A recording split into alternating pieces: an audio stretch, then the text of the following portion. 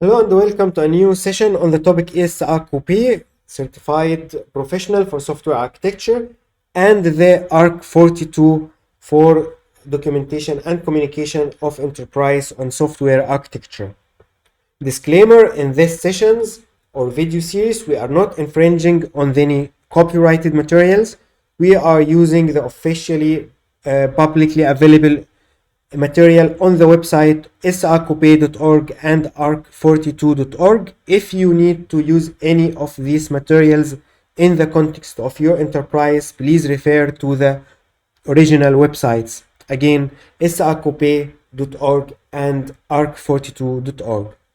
That being said, let's continue our introduction of the Arc42 template. In the previous sessions, we have used the Arc42 English version with help from the docs or Word document format to introduce the skeleton of the Arc42, and we ended up with introducing the system context, business and technical context. In the next part, we introduce the solution strategy. Here you start by introducing a short description of what approach are you using at very high level, what is the frameworks, what are the solution strategy, what are the patterns at high level that are used to solve the problem at hand.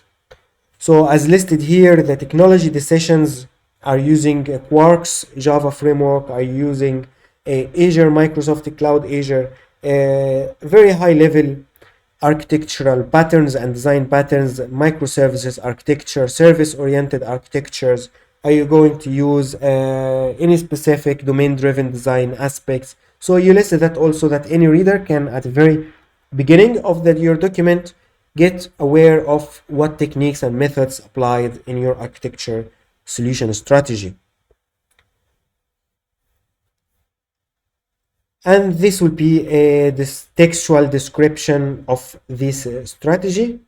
There are no restrictions. This is only guidance on help. If you find in your particular architecture work package, in the context of your enterprise, there is a different standard, please introduce it and use it. This template is adaptable and easily flexible to be easily adapted to your organization needs. In the next section, you introduce the building blocks, and this is actually the actual architecture, the core of your architecture work, where you start breaking down the components, the services, the modules, systems and subsystems. And this is not to be done arbitrary. There is here guidance. If you are aware from the software terminology, you have level 0, level 1, and level 2 views of your system. At level 0, you have the very high black box view of the system and the neighboring systems. In level 1, you break it down further as a white box of your system.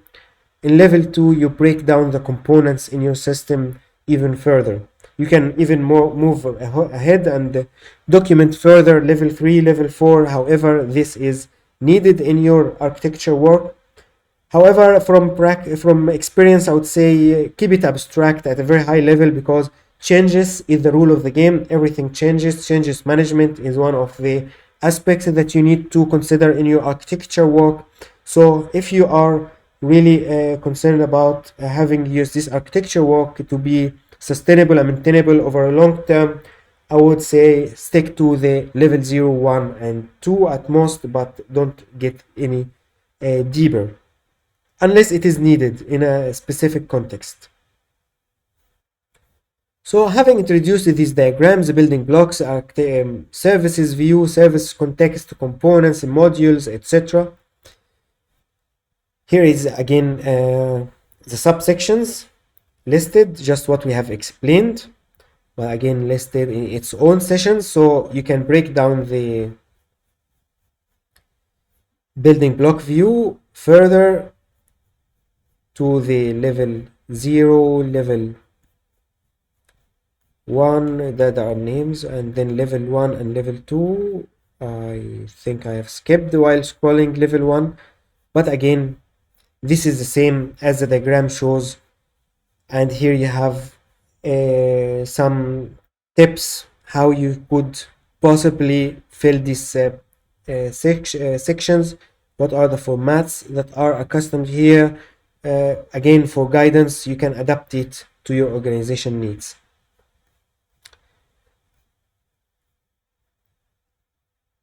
The second section is about the runtime view. Again, one of the most interesting and core parts of your architecture documentation.